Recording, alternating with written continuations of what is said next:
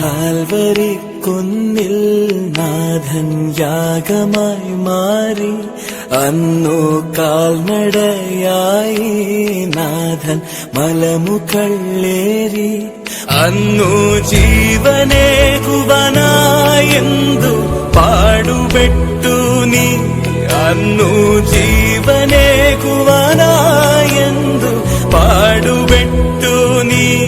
പിതാവിൻ്റെയും പുത്രൻ്റെയും പരിശുദ്ധാത്മാവിൻ്റെയും നാമത്തിൽ ആമേൻ. ഈശോ മിശിഹായ്ക്ക് സ്തുതിയായിരിക്കട്ടെ. പ്രിയപ്പെട്ട സ്നേഹിതരെ,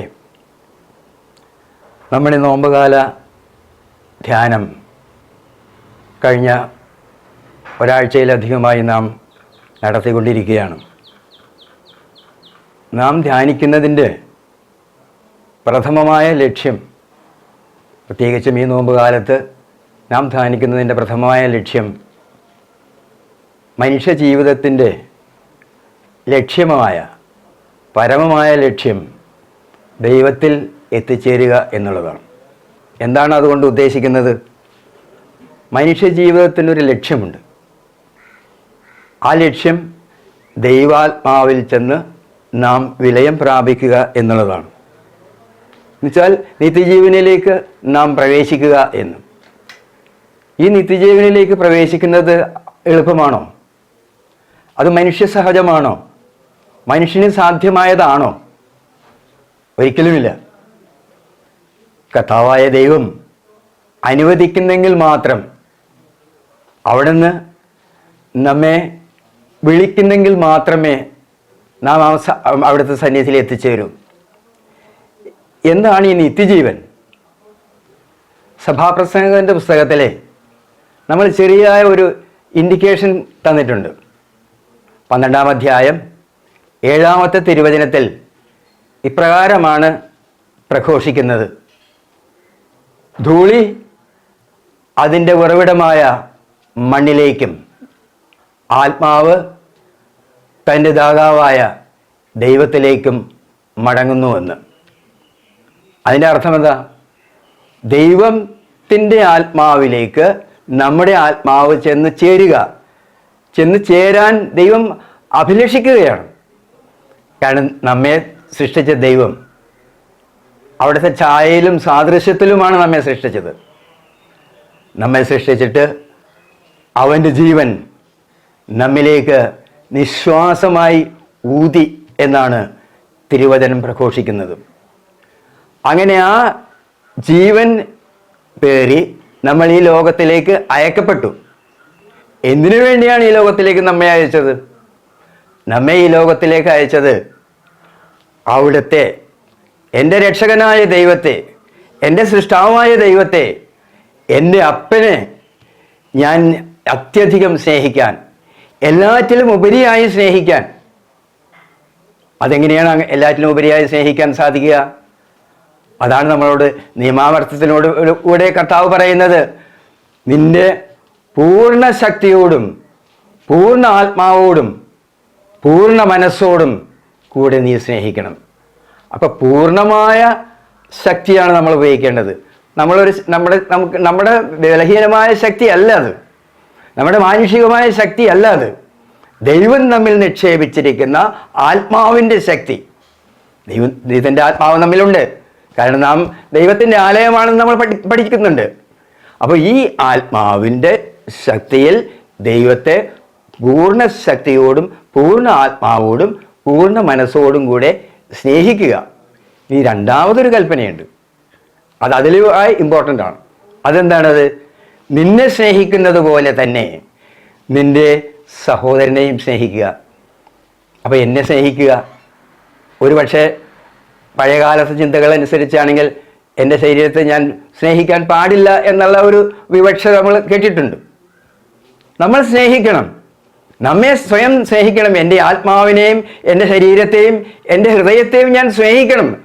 കാരണം എൻ്റെ ശരീരം പരിശുദ്ധാത്മാവിൻ്റെ ആലയമാണ്, ദൈവത്തിൻ്റെ ആലയമാണ്. ജീവനുള്ള ദൈവം എന്നിൽ കുടികൊള്ളുന്നുണ്ട്. അപ്പോൾ ദൈവത്തിൻ്റെ ആലയത്തെ ഞാൻ സ്നേഹിക്കണം. എന്നെ സ്നേഹിക്കുന്നത് പോലെ തന്നെ എൻ്റെ സഹോദരനെയും സ്നേഹിക്കുക. ഈ രണ്ട് കൽപ്പനകൾ നമ്മൾ പാലിച്ചു കഴിയുമ്പോൾ, നമ്മുടെ ജീവിതത്തിൻ്റെ ക്രമീകരണങ്ങളെല്ലാം അപ്രകാരമാകുമ്പോൾ തീർച്ചയായും നാം ദൈവത്തിലേക്ക് സംവഹിക്കപ്പെടാൻ യോഗ്യരായിത്തീരും. ഇതാണ് വാസ്തവത്തിൽ നാം ഈ കഴിഞ്ഞ 9 ദിവസവും 10 ദിവസവും ആയിട്ട് ധ്യാനിച്ചുകൊണ്ടിരുന്ന വിഷയം. പക്ഷെ ഇന്ന് അതിൻ്റെ മൂർധന്യഭാവത്തിലേക്ക് നമ്മൾ കയറുകയാണ്. ഇന്ന് നമ്മൾ ധ്യാനിക്കുന്നത് മത്തായിയുടെ സുവിശേഷം 20-ാം അധ്യായം 1 മുതൽ 16 വരെ തിരുവചനങ്ങളാണ്. മുന്തിരിത്തോട്ടത്തിലെ ജോലിക്കാരുടെ ഉപമ. നമുക്ക് ആ വചനം ഒന്ന് ഭയഭക്തി ആദരങ്ങളോടെ വായിക്കാം. മുന്തിരിത്തോട്ടത്തിലെ ജോലിക്കാർ.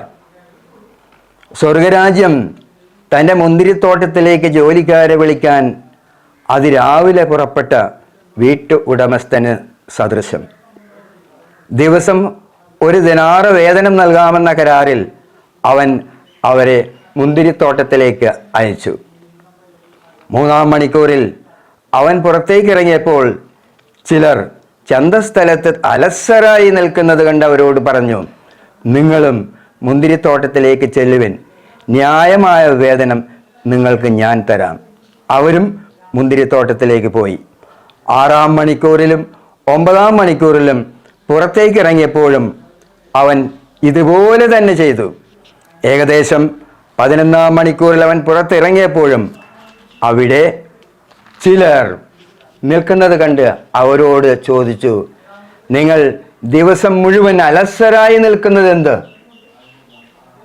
ഞങ്ങളെ ആരും വേലയ്ക്ക് വിളിക്കാത്തത് കൊണ്ട് എന്നവർ മറുപടി നൽകി. അവൻ പറഞ്ഞു, നിങ്ങളും മുന്തിരിത്തോട്ടത്തിലേക്ക് ചെല്ലുവിൻ. വൈകുന്നേരമായപ്പോൾ മുന്തിരിത്തോട്ടത്തിൻ്റെ ഉടമസ്ഥൻ കാര്യസ്ഥനോട് പറഞ്ഞു, ജോലിക്കാരെ വിളിച്ച് അവസാനം വന്നവർക്ക് തുടങ്ങി ആദ്യം വന്നവർക്ക് വരെ കൂലി കൊടുക്കുക. 11-ാം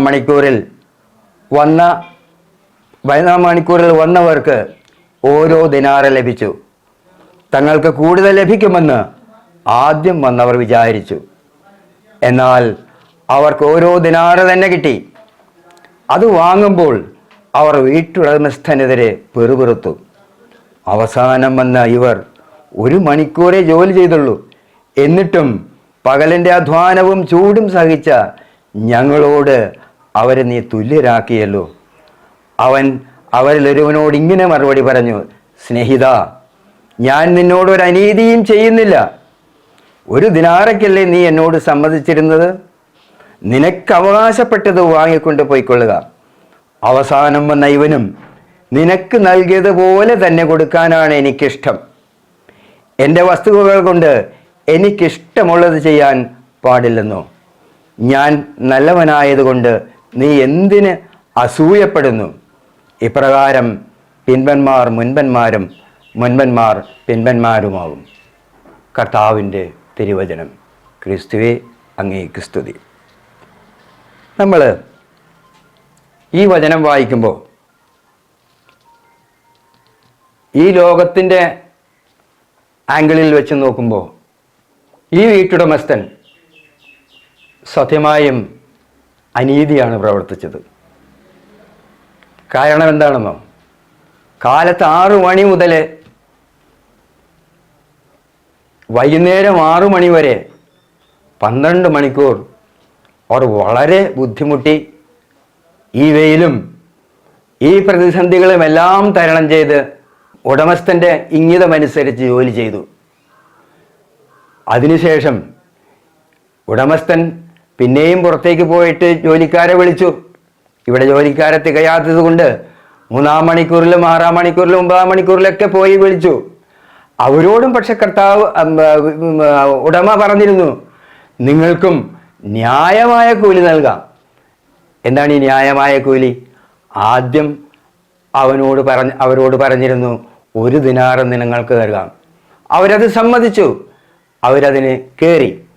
അതാണ് ന്യായമായ കൂലി. അപ്പോൾ ഇവരോടും പറഞ്ഞിരുന്നു, നിങ്ങൾക്കും ന്യായമായ കൂലി തരാം. അവരോട് 1 ദിനാറ് എന്നൊന്നും പറഞ്ഞില്ല. അങ്ങനെ അവസാനത്തെ മണിക്കൂർ വരെയും അവൻ ആളുകളെ വിളിച്ചു കൊണ്ടിരുന്നു.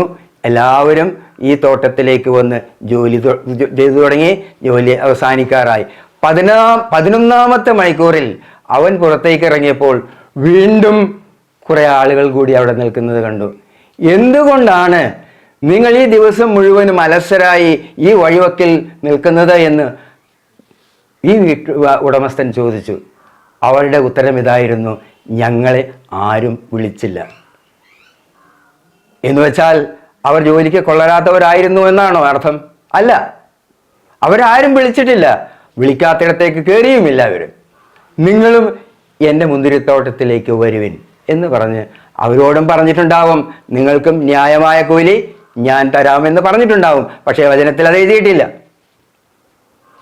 ഈ എല്ലാവരും കാലത്ത് മുതൽ വൈകുന്നേരം വരെ ഈ ജോലിയിലേക്ക് പ്രവേശിച്ച എല്ലാവർക്കും ഉടമസ്ഥൻ തൻ്റെ കാര്യസ്ഥനോട് പറഞ്ഞ്, അവസാനം വന്നവർക്ക് മുതൽ ആദ്യം വന്നവൻ വരെ നിങ്ങൾ അവർക്ക് കൂലി കൊടുക്കുക. ഏത് കൂലി? ന്യായമായ കൂലി. കാരണം ഉടമസ്ഥൻ എന്താണ് പറഞ്ഞതെന്ന് കാര്യസ്ഥനറിയാം. ആ ഒരേ ദിനാറ് എല്ലാവർക്കും ലഭിച്ചു. എന്തുകൊണ്ടായിരിക്കും ഈ അവസാനം വന്നവർക്ക് ഈ ഉടമ ആദ്യം കൊടുത്തത്? ഒരുപക്ഷെ അവൻ്റെ മനസ്സ് കർത്താവ് കണ്ടിരുന്നു. അവൻ്റെ മനസ്സും മറ്റുള്ളവരുടെ എല്ലാവരുടെയും മനസ്സ് കർത്താവ് കണ്ടിരുന്നു. ദൈവം എല്ലാവരുടെയും മനസ്സ് വായിക്കുന്നവനാണ്. എല്ലാവരുടെയും മനസ്സ് വായിക്കും. എൻ്റെയും നിങ്ങളുടെയും ഈ കേട്ടുകൊണ്ടിരിക്കുന്ന നിങ്ങളുടെയും എല്ലാം മനസ്സ് വായിച്ചു കൊണ്ടിരിക്കുന്നവനാണ്. അതുകൊണ്ടാണല്ലോ കർത്താവ് ഈശോമിശിഹായി ലോകത്തിൽ പ്രവർത്തിച്ചു കൊണ്ടിരുന്നപ്പോൾ ഫരിസേയരുടെ മനസ്സിൽ ഇങ്ങനെ ചിന്തിച്ചു, ഇവൻ ദൈവദൂഷണം പറയുന്നു എന്ന്. അപ്പോൾ അവരാരും ഒന്നും വായ കൊണ്ട് ഉരുവാടിയില്ല. പക്ഷെ കർത്താവ് തരഞ്ഞു. കർത്താവ് പറഞ്ഞു, എന്തുകൊണ്ടാണ് നിങ്ങളുടെ മനസ്സിൽ ഇപ്രകാരം ചിന്തിക്കുന്നത്? അപ്പോൾ കർത്താവ് എല്ലാം അറിയുന്നു. എൻ്റെയും നിങ്ങളുടെയും മാനസിക വികാരങ്ങളും എല്ലാ ചിന്തകളും കർത്താവ് കണ്ടുകൊണ്ടിരിക്കുകയാണ്. അപ്പോൾ ഈ വ്യക്തികളുടെയും, അതായത് അവസാനം വന്ന വ്യക്തി സന്തോഷചിത്തനാണ് എന്ന് കർത്താവ് കണ്ടു. ആ സന്തോഷം അവനിൽ നിലനിൽക്കട്ടെ എന്ന് വിചാരിച്ച് അവന് ആദ്യം കൊടുത്തു. ആദ്യം വന്നവൻ ഇത് കണ്ടപ്പോൾ മുതൽ ഈ മനുഷ്യരോട്, ഈ സഹോദരനോട് വെറുപ്പും വിദ്വേഷവും വൈരാഗ്യവും അസഹിഷ്ണുതയും അസൂയയും അവരിലുണ്ടായി. ഇത് കർത്താവ് കണ്ടിരുന്നു. അപ്പോൾ കർത്താവ് ഇവനോട് നേരത്തെ തന്നെ പറഞ്ഞിട്ടുണ്ടായിരുന്നു, നീ സ്വർഗരാജ്യത്തിൽ പ്രവേശിക്കണമെങ്കിൽ എന്ത് വേണം? നിന്റെ സഹോദരനെ നിന്നെപ്പോലെ തന്നെ സ്നേഹിക്കണം. ഇവിടെ ശരിയായി പറഞ്ഞാൽ അതിന് വിഘാതമായി പോയി. അവൻ്റെ സഹോദരന് വെറുക്കുകയാണ് ചെയ്തത്. അസഹിഷ്ണുതയോടെ അസൂയയോടെ അവനെ വെറുത്തു. അതുകൊണ്ട് കർത്താവ് പറഞ്ഞു, നിങ്ങൾ സ്വർഗരാജ്യത്തിൽ പ്രവേശിക്കുകയില്ല. ഈ ഉപമയിൽ നിന്ന് നമുക്ക് മനസ്സിലാകുന്നത് ഇതാണ്. നാം ഒരുപക്ഷെ ജീവിതത്തിൻ്റെ തുടക്കം മുതൽ ഇന്നേ വരെ ദൈവത്തിൻ്റെ വചനം വായിക്കുകയും പഠിക്കുകയും ഒക്കെ ചെയ്തിട്ടുണ്ട്. പക്ഷേ ഒരു വ്യത്യാസം മാത്രം, അവസാനം വന്നവനാണ് യഥാർത്ഥമായി ദൈവത്തിൻ്റെ വചനമനുസരിച്ച്, ദൈവത്തിൻ്റെ ഇംഗിതമനുസരിച്ച് അവൻ പ്രവർത്തിച്ചത്. അവനെ സ്വർഗരാജ്യത്തിൻ്റെ വാതിൽ തുറന്നു കൊടുത്തു. എന്നാൽ ആദ്യം മുതൽ വന്നവർ, ഒരുപക്ഷെ എന്നെ സംബന്ധിച്ചോളം ഞാൻ 83 കൊല്ലമായി ഈ ലോകത്ത് ജീവിക്കുന്നു. അന്നു മുതൽ ഇന്നു വരെ ദൈവത്തിൻ്റെ വചനം വായിക്കുന്നുണ്ട്, പ്രഘോഷിക്കുന്നുണ്ട്. പക്ഷേ എനിക്ക് സ്വർഗരാജ്യത്തിൽ പ്രവേശിക്കാനാകുമെന്ന് നിങ്ങൾ വിചാരിക്കുന്നുണ്ടോ? ഇല്ല, ഒരിക്കലുമില്ല. കാരണം ദൈവത്തിൻ്റെ വചനമനുസരിച്ച് ജീവിക്കാതെ, ജീവിതത്തെ ക്രമപ്പെടുത്താതെ ഒരാൾക്കും സ്വർഗരാജ്യത്തിൽ പ്രവേശിക്കാൻ സാധ്യമല്ല. ഈ വചനമാണ്, ഈ ധ്യാനമാണ് നമ്മെ സ്വർഗത്തിലേക്ക് എത്തിക്കുന്നത്. പ്രിയപ്പെട്ടവരെ, നമുക്ക് പ്രാർത്ഥിക്കാം. കർത്താവായ ദൈവമേ, അങ്ങയുടെ സ്നേഹത്തിൽ അധിവസിക്കുവാൻ അങ്ങ് സൃഷ്ടിച്ച ഈ ദാസരുടെ ആത്മാവുകളെ അങ്ങിൽ വിലയം പ്രാപിക്കുവാൻ അങ്ങ് അനുവദിക്കണമേ. ഞങ്ങളുടെ ജീവിതങ്ങളിൽ വന്നുപോയ എല്ലാ തെറ്റുകളും കുറ്റങ്ങളും കുറവുകളും അങ്ങ് പരിഹരിക്കണമേ. അങ്ങ് ദയാലുവും കാരുണ്യവാനും ക്ഷമാശീലനുമാണല്ലോ. കർത്താവേ, ഞങ്ങളെ അങ്ങയുടെ സന്നിധിയിലേക്ക് ഉയർത്താൻ, ഞങ്ങളുടെ ജീവിത ലക്ഷ്യമായ അങ്ങിൽ വന്ന് ലയിക്കാൻ, നിത്യജീവനിൽ പ്രവേശിക്കുവാൻ ഞങ്ങളെ അനുവദിക്കണമേ. കർത്താവായ ക്രിസ്തു വഴി ഞങ്ങൾ സമർപ്പിക്കുന്ന പ്രാർത്ഥന കേൾക്കണമേ. പരിശുദ്ധ അമ്മേ, ജപമാല മാതാവേ, ഞങ്ങളെ അങ്ങയുടെ മേലങ്കിയാൽ പൊതിഞ്ഞ് പുത്രൻ്റെ സന്നിധിയിലേക്ക് ഉയർത്തണമേ. ആമേൻ. ഈശോ മിശിഹായ്ക്ക് സ്തുതിയായിരിക്കട്ടെ. കാൽവരി കുന്നിൽ നാഥൻ യാഗമായി മാറി, അന്നു കാൽനടയായി നാഥൻ മലമുകളേറി, അന്നു ജീവനേകുവാനായെന്തു പാടുപെട്ടു നീ, അന്നു ജീവനേകുവാനായെന്തു പാടുപെട്ടു നീ. എന്റെ ജീവനായവനെ നീയൻ ആശയെന്നുമേ. കാൽവരിക്കുന്നിൽ